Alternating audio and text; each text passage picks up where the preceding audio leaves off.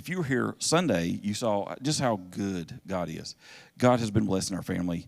2 weeks ago, Lisa and Joshua, because Joshua likes to be the armor bearer. He wants to protect his mama, and he was with her one night out as she was delivering medical supplies and whatnot, and she got hit by a drunk driver, rear-ended, and she called me and said, I was way off down in another area, and she said, we'd just been hit, and she was upset, and so I was like, well, be thankful. It's like, we're okay physically. It's like, okay, well, thank God you weren't stopped, because the guy was flying. He was doing 70 miles an hour.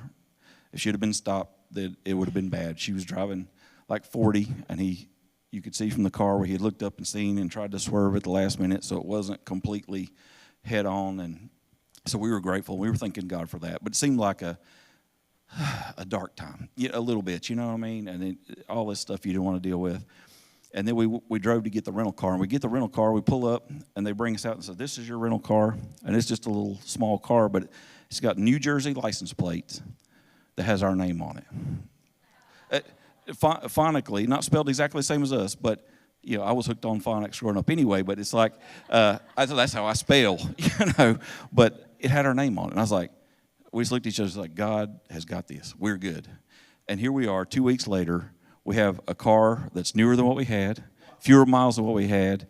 They've given us some money toward all that, paid for stuff, and Sunday, standing right here, Lisa walks out. Nobody lays hands on her. Just the atmosphere, the presence of God. She walks through and feels the heat of God on her shoulder, where the seatbelt had caught her and snatched her arm back, and God healed that, and there's no soreness, no stiffness, it's just amazing. The presence of God, you know what I mean? It's like sometimes it's in the dark places in life. Sometimes that's where you see the glory of God. It's like if it's all good all the time, you don't necessarily always see how good He is. So that's kind of what I want to talk about tonight. We're going to go on like a big journey, some different places. I hope I can tie it in a bow for you. But I'm going to go to John 20. We'll start in 1 through 10.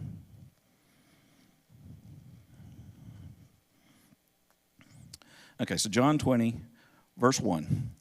Now on the first day of the week, Mary Magdalene went to the tomb early. Now, this is after Jesus has been crucified and put in the tomb, okay? So on the first day of the week, Mary Magdalene went to the tomb early while it was still dark and saw that the stone had been taken away from the tomb.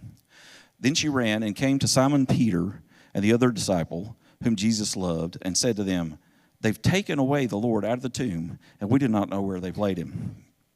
Peter therefore went out, and the other disciple, and were going to the tomb. So they both ran together, and the other disciple outran Peter and came to the tomb first. And he, stooping down and looking in, saw the linen clothes lying there, yet did not go in. Then Simon Peter followed him and went into the tomb, and he saw the linen cloths lying there, and the handkerchief that had been around his head, not lying on the linen cloths, but folded together in a place by itself. Then the other disciple, who came into the tomb first, went also, and he saw and believed. For as yet they did not know the scripture that he must rise again from the dead. Then the disciples went away to their own homes. So about 2 weeks ago, a couple weeks ago, all of a sudden, I listen to a lot of podcasts, and all of a sudden I keep getting these podcasts, and they're talking about the Shroud of Turin. And two completely different doctors, theological, all the degrees, all the pedigree, apologist stuff, and they're giving all these facts about the Shroud of Turin. So I'm going to use that as a launching point tonight, because I want you to talk about Jesus. So the Shroud of Turin, if you don't know, it is a cloth that's believed to be this burial cloth that's referenced right here. It's 14 feet long. It's a linen cloth. It bears the faint image of a bearded man that's been crucified with bloodstains on it and wounds that would be consistent with the wounds that Jesus took. That it's been in Italy since 1958 for over since 1578 for over 400 years, and going back to that, it was 200 years in France since about 1356. So we have a recorded history of this cloth going back into the 1300s. And so if we could get that first picture, what they saw, this is what they saw. This is what they've had. And I'm going to give you some other facts about it. This is what they saw. And they're like, okay, this is believed to be the cloth of Jesus. There is a lineage, a story kind of that goes with it, but it can only be documented back to the 1300s, okay? So this, well, yeah, we'll get here. So in 1898, they had just developed photography. It was relatively new. They used the big, huge box cameras and glass panels and all that. And so the guy came and he took pictures, and it took 12 minutes to get one exposure, and then they took another one that was 20 minutes to get an image. Then you got to take it back and you go, and this is where it ties into last week's message and some of the stuff from Sunday. You got to go into the dark room. And in the dark room, he developed the image. And this is the second image. And he stepped back and he said, my God, I've seen God. He felt like he is the first man to have seen Jesus in 2,000 years. It's in the negative that the image that's on the cloth is actually a negative image. We could not produce that at this time. They had just discovered photography. The real image is a positive image. That in itself is astronomical and strange, okay? So in 1950, they spent 15 years.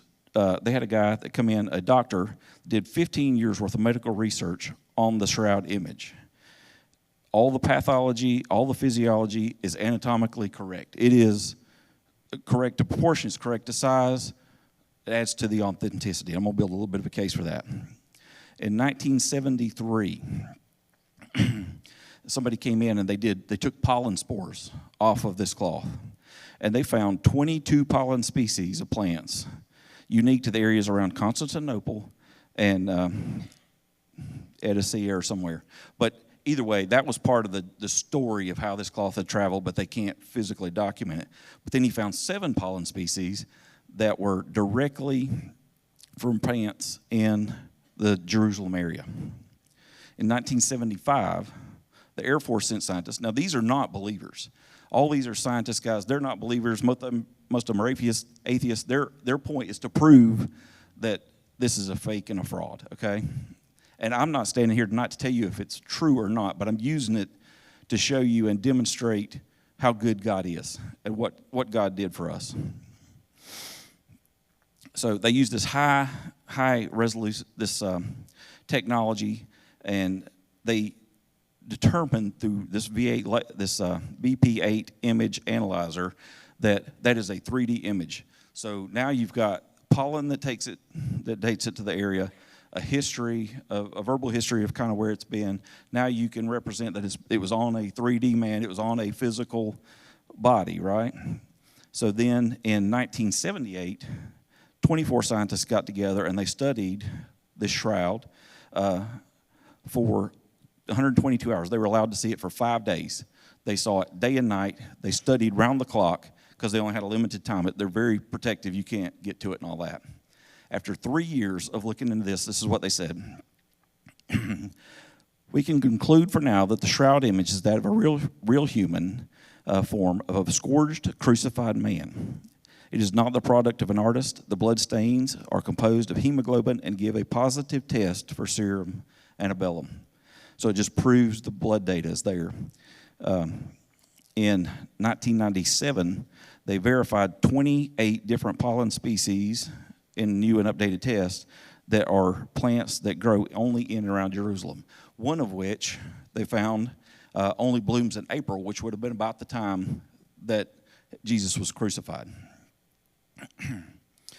In 2011, they were able to replicate. The only way they've even come close to replicating any image like this is in 2011. European researchers use a high-powered UV laser to create an image. And if this image is like, you think, oh, a blood-stained cloth, it's going to soak through or whatever. No, it's like, they say it's razor thin, like embedded on the image, almost like a flash of light. And if any of you heard, if you watch YouTube and all, at the moment of conception, when the sperm and egg come together, there is a flash of light that they cannot explain or replicate. An amazing flash of light at the moment that life is introduced. Now think about at the moment life is reintroduced in this body. That's the only way that they can figure out it's even possible to have produced an image like this. So they have particle tested, chemical tested, blood analyzed, all this stuff, okay?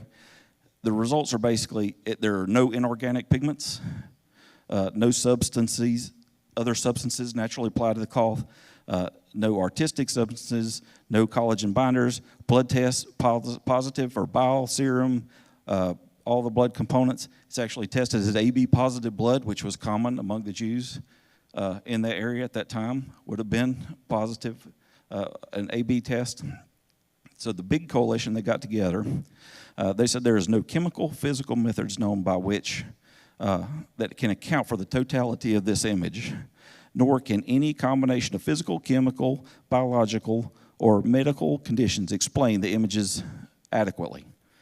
We can conclude for now that the shroud image is that of a real human form, scourged, crucified man. It is not the product of an artist. The blood stains are composed of hemoglobin and are also give a positive serum test. So I say all that just to say this. It's like,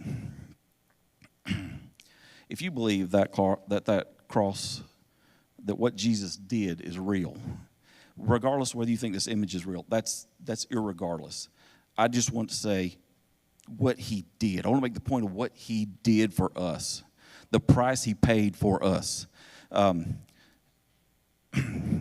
It was known, it's on fine linen cloth. It meets all the criteria what you would have had in the first century. It actually is a fine linen herringbone woven cloth that would have been consistent with what a wealthy person would have had, which if he got the tomb from Joseph of Arimathea, however you say it, he would have had that kind of cloth, and he loaned it, and they believe he loaned it and gave it to Jesus. There's blood on the head from like a crown of thorns, although not the one we see in the halo type. There are over 50 wounds on his head from almost like where they had made a helmet so that it could be compressed and packed down his head from the front, back around the sides, and the top of his head. There are abrasions and bruises all over his face. There are marks that can be seen on his back where he would have carried the crossbeam that would have been about 100 pounds on his back. There's abrasions and all there. They found took soil samples from around the feet. There was soil from around the feet, the knees, and the tip of his nose. And the only way that could happen is if he had fallen during the time of trying to carry that crossbeam, which is, all this lines up with biblical account. There's blood on the arms. There was approximately 200 wounds on the back and on the front from flogging, which would have been, they had a small flogger that had, it would have been a stick with some leather strips. And sometimes I've heard, they say, oh, it was glass embedded in it, with all this stuff that ripped his skin. But it talks about he was bruised for our iniquities. Actually, what they found in this image is it was barbell-shaped iron, almost like if you had lead fishing weights in the end of the cloth. And it was over 200 wounds that they can count on the back and 150 that they can count on the front. And you can't see the image for the sides. So that's what they can count. Nail wounds in his hands, or in his wrists, where it would have actually supported his body weight. Nail wounds in his feet. His legs are not broken, which is amazing because the whole thing about the crucifixion was they stretched it out, and it was to prolong, and he actually died so quick that they didn't break his legs. And the whole point of the breaking of the legs was that when they hung him on the cross, the knees were slightly bent, and they could kind of push up because the idea of crucifixion is that you actually drowned from the fluid in your lungs. And I know this is graphic, but I want you to understand the price that's paid. They would drown from the fluid in the lungs. That's why when they pierced his side after he was dead, water and blood came out. And that, they can actually document that on the cloth, that there is a 4-inch scar here that has a mixture of water and blood, which would have been after death fluids. So anyway, the legs were not broken, which means Jesus would have died or the person that was in this cloth would have died before they got to the point where they broke the legs so that they could no longer push themselves up to get a breath if they thought it was going on too long. So, yeah, the side wound. The legs are kind of pulled up in the picture. I've got a full body here in a little bit that's pulled up from rigor mortis. The rigor mortis had set in the body. That can last up to about 72 hours-ish, from what I understand. There is no evidence on that cloth of decomposing flesh. So that cloth could have only been on the body for the period of time that would have been essentially the window of time before Jesus was resurrected, because there was no decomposition found on that cloth. So he paid a high price. He paid a high price. What did he pay for? What did he pay for? It's like, as the church, we tend to think, well, he paid so I get saved. That's it. And we think salvation, healing, it's off in the distance. That's all we really think about, right? He paid a high price. He went through the dark and negative times so that the glory of God could be revealed. And it's often in our dark times that the glory of God's revealed. I believe he paid more of a price. He paid for salvation, but it's a bigger picture. And I want to go into, let's go to John 11. This is a little different story, but it also gives some context to this stuff. In John 11, this is talking about Lazarus. This is when Jesus was going to come to Lazarus, because it paints the picture of what it looked like in the day, in that era, when somebody died and what that process was like. So just starting at 17, it says, now, let me back up a little bit, I'm sorry. I'll back up to,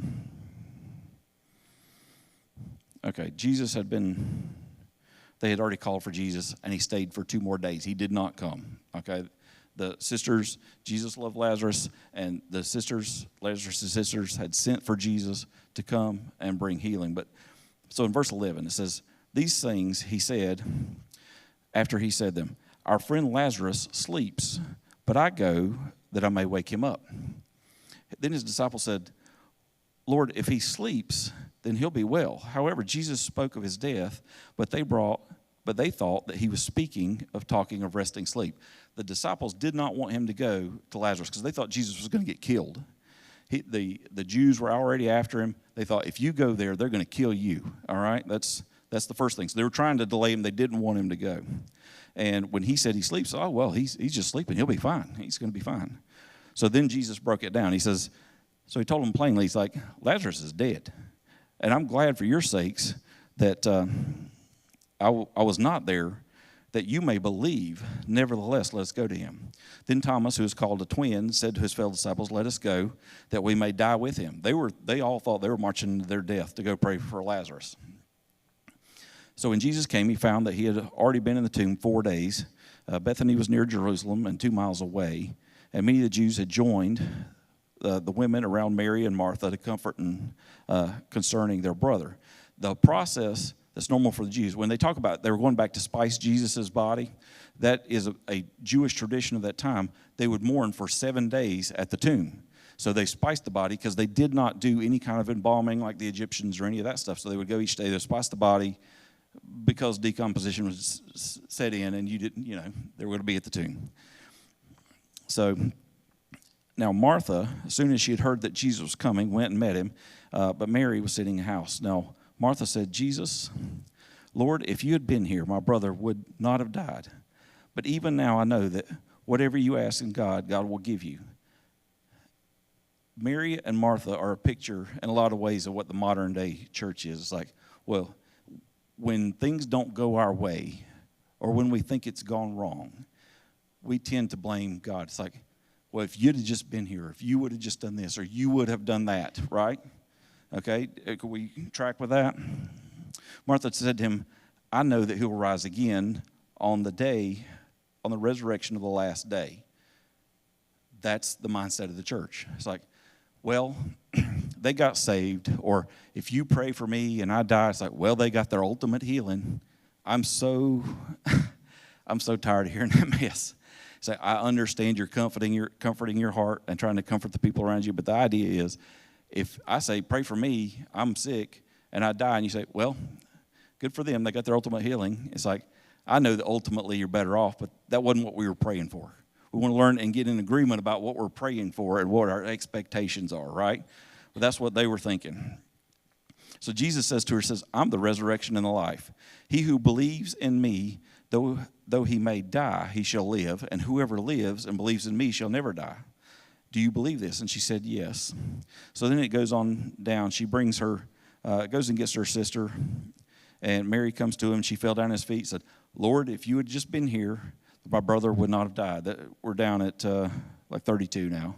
Same story. It's like, well, I prayed for this person. They died, so it must have been his fault. If he'd have just been here, if he would have just showed up, if he would have just intervened. Therefore, when Jesus saw her weeping, and the Jews came with her weeping, and they groaned in the spirit, and he said, where have you laid him? He said to him, Lord, come and see. And Jesus wept, and the Jews said, see how he loves him. And some of them said, could not this man who opened the eyes of the blind have kept this man from dying? That's another church statement right there. It's like, you get the whole, oh, well, if you can pray for the sick, why don't you just go clean out the hospital? Or if you can do this, why didn't you do that? That's a church mindset. And I want to break some of those mindsets tonight, hopefully. So in verse 38, then Jesus said again, groaning to himself, and he came to the tomb. It was a cave of stone laid in it, similar to what would have been with Jesus. And he said, take away the stone. Martha, the sister to whom he had died, said to him, Lord, by this time the stench has been there. He's been 4 days. That's where I was talking about the decomposition. They spiced the body. There was no sign of decomposition on the shroud that was believed to be Jesus' burial cloth. Then they took away the stone from that place. The dead man was lying, and Jesus lifted up his eyes and said, Father, thank you that you have heard me. Jesus has already been praying about this. He already knows, has a clue what's going on. And I know that you always hear me, but because the people are standing by, I said this, that they may believe that you sent me. He prayed in some sense for the benefit of the people around so that they could hear and believe what he was saying. And then he says, now he said these things. He cried with a loud voice, Lazarus, come forth. And he who had died, bound in his hand and foot with the grave clothes, and his face wrapped in the cloth, came, and he loosed him and let him go. That's a picture of the church. That's where we're at. It's like Jesus already knew in his spirit what the will of the Father was. He was there to execute the will. He prayed for the benefit of those around him to hear. And when he prayed, if you notice, he went direct to the thing. He said, Lazarus, come forth. Come forth. He didn't whine and maybe Pamby around. It's like, well, Father, if it be your will, could you think about, if you feel like it today. That stuff drives me insane, I'm just being honest.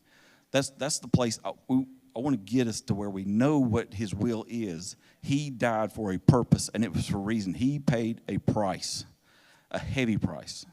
And at the wedding in Cana, it says this, John 2:11 says, this beginning of signs and wonders where he did at Cana of Galilee, and manifested his glory, and his disciples believed. There is a correlation between when you see the miraculous supernatural side of God, his glory is revealed and people believe. That's why he did so many of the things he did.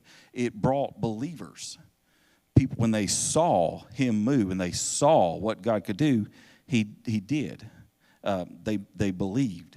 So in Psalm 103:2, it says, bless the Lord, O my soul, and forget not all his benefits, who forgives all your iniquities. We're getting into what he died for now. Who forgives all your iniquities, who heals all your diseases, and who redeems your life from destruction, who crowns you with loving kindness and tender mercies, who satisfies your mouth with good things, so that your youth is renewed like the wings of eagles. What did he pay for? What he paid for. There is a Greek word called sozo. That word is used over 100 times in the New Testament. It's all-encompassing word. It means salvation, and it's translated to save and to be saved in many places. But it's also translated other ways in other places. And so we're going to get into a few of those. It was translated 38 times as save. Some examples of that are Matthew 1:21 said, "She shall bring forth a son, and thou shalt call his name Jesus, for he shall save his people from their sins." That's the word sozo. For after that, in 1 Corinthians, for after that, the wisdom of God, the world of wisdom knew not God. It pleased God by the foolishness of preaching to save them that believe. Sozo. There he is talking about salvation of sin. He is talking about forgiveness of sins. He is talking about salvation in the normal context. But then sozo was translated 53 times as saved or saved in past tense. And there's various instances of that. But the first one that we come to that's talking about where he's healed, and sozo is translated the same way. It's Jairus bought Jairus, whose daughter was dying. She was sick, and he called for Jesus. And he besought Jesus greatly, saying, "My little daughter lieth at the point of death. I pray thee, come and lay thy hands on her, that she may be healed." Sozo, the same word, that she may live. So it's the same word he's using for saved from our sins, healed from sickness. There are other accounts. Luke 8:36, it says, they also which saw told them by that what means that he was possessed with devils, and he was healed. Salvation, healing, and deliverance. It's translated multiple different ways in multiple different places. Salvation, of course, is important, and that's the thing, but everything is not about when we get over there. Some of it is about sozo, salvation, healing, deliverance, right now. Jesus gave himself for our sins that we might deliver us from the present evil world according to the will of God and the Father. Sozo. He paid the price. 38 times sozo is translated as forgiveness of sins. 53 times as saved. There's a bunch of times it's translated as healed. Times where it's translated as healing and forgiveness in one act. There are times where it's translated as whole or be made whole. So I just want to stress the importance of his word and what he paid for. Jesus didn't just die for our sins. He was paying the price for everything that oppresses us in this life. We have broken it down and watered it down to where we are just talking about salvation. And that's a wonderful thing. He bore our sins on his own body on the tree, that we, being dead in sin, should live unto righteousness, and by whose stripes you are healed. Healing, salvation, deliverance. It's one act. And that's the point I want to make tonight. It's like we need to raise our expectations. When something happens, we will see God's glory show up in our dark times in life quite often, right? But when things don't go our way, who's the first person we blame? God let us down. God didn't do his part. We have an enemy who is roaring, seeking and searching, roaring like a lion. I don't believe God made somebody sick so he could get glory. I believe he took a situation where the enemy had dealt with somebody and made them sick, or maybe even natural means. Maybe it's our diet and exercise, other things we've done to ourselves, our own choices. But he can be glorified in the midst of that darkness. He will take a situation that the enemy intended for evil and use it for good.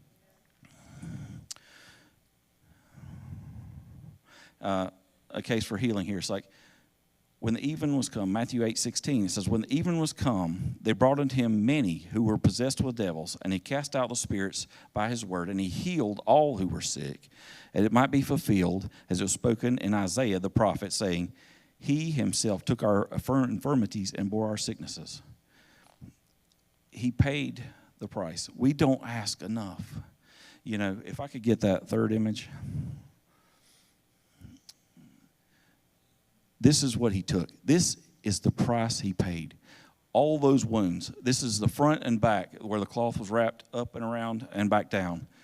Over 150 wounds on his back, over 200 wounds on the front. If you think this is not it, that's fine. You don't have to believe this is it. But this is a real good representation of what it was. He took all this on the body. He paid the price. If something is wrong and somebody doesn't get healed, it wasn't because he didn't do his job. He said, it is finished. He said, it is finished. His work was done for salvation, for healing, for deliverance, for everything that we need. He made a way. Now it's on us to take that and appropriate that in this life. It is our responsibility. And if somebody doesn't get healed, I've prayed for many people that didn't. I don't know what it is. And hopefully in future opportunities to teach, I'm going to get into some of those things that gets easier or to make it less complicated. That there are ways where you can learn to pray more effectively and pray better. There are things that we can go for, because sometimes your healing might just not be about your physical body. Sometimes it's about a wound in your soul or something you've got going that gave a foothold to the enemy, where somebody, that wasn't even your fault, somebody did something to you and you're wounded, and it gave a foothold for the enemy to come in and oppress you in your body. So there's a lot more. People say, oh, well, they didn't get healed, it's Jesus' fault. No. Sometimes it's more complicated. And there's things we can get into and things we can learn to get better and be more effective. But I assure you, when he said it was finished, he paid the price. He paid for all of it. He paid for all of it. He revealed himself to us, and he did his job. So when we walk away and we say, well, they didn't get healed, he just didn't want to heal them, or he didn't have that feeling, I don't think that's true. There are times we go through, and this is why it's such a pet peeve to me. There were times where he told me, he's like, you're going to go through some kind of dark times in life. And thankfully, it's not been the physical, but I have a lot of mind battles and whatnot, and with rejection and insecurities and all that stuff. And so God told me, and I know, yes, I have seen Leviticus. I have a tattoo. I've seen Leviticus. I know what it says. But God told me that this tattoo would be representative of me as an altar, in a sense, of who he called me to be. That there will be times when you'd go through the negative space that you might need to be reminded of who and what you are and who you're called to be. And it's a sword, because we're in a fight. It's a battle. It says Jesus is king because it is his kingship and his authority that gives us the right to do anything that we do. And it's our job as knights to enforce his will on this lost and dying world. I said that Psalm 32:8 is my life verses. I'll instruct thee and teach thee in the way which thou shalt go. I'll guide thee with my own eyes. It is a promise to us that he'll show us the way to go. But the other two verses that are on here, Mark 16:15-18, he said to them, go into all the world, preach the gospel to every creature, and he who believes will be baptized and saved. But he who does not will be condemned. And these signs will follow them that believe. In my name they shall cast out demons. They will speak with new tongues. They will take up serpents, and if they drink any deadly thing, it will not harm them. It will by no means harm them. They will lay hands on the sick, and they will recover. That is his will. That is his will for a believer. It is no less than that. In Matthew 10:8, when he sent his disciples out, he gave them the charge. As you go, preach, saying, the kingdom of heaven is at hand.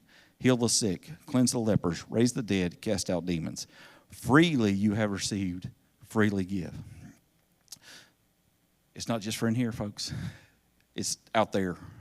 It's out there. When he sent them out, it was always sending them out. You have been given power. You have been given authority. He has paid the price for it.